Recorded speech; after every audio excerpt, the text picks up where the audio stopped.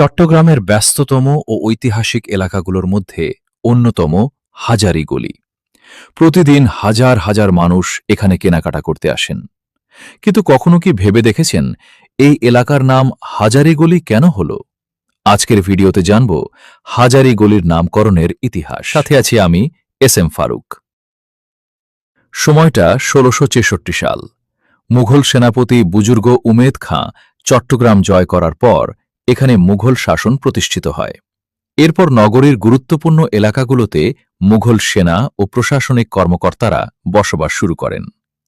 ইতিহাস থেকে জানা যায় আন্দরকিল্লার এই গলিতে ১২ জন মুঘল হাজারী সেনাপতির অন্যতম ভগবান সিং হাজারীর বাড়ি ছিল। সেখান থেকেই ধীরে ধীরে এই এলাকার নাম হয়ে যায় হাজারী গলি।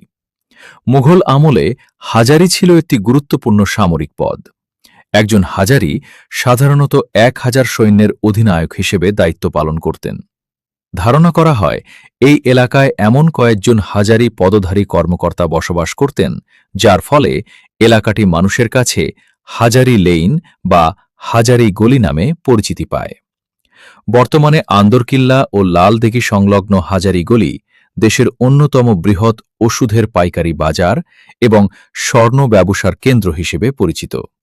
শুধু ব্যবসাই নয়, ঐতিহ্যবাহী দুর্গাপূজা ও দৃষ্টিনন্দন মণ্ডপসজ্জার কারণেও হাজারী গলির রয়েছে বিশেষ খ্যাতি। চট্টগ্রামের ইতিহাস ও নামকরণের এমন আরও অজানা গল্প জানতে আমাদের পেজটি ফলো করুন।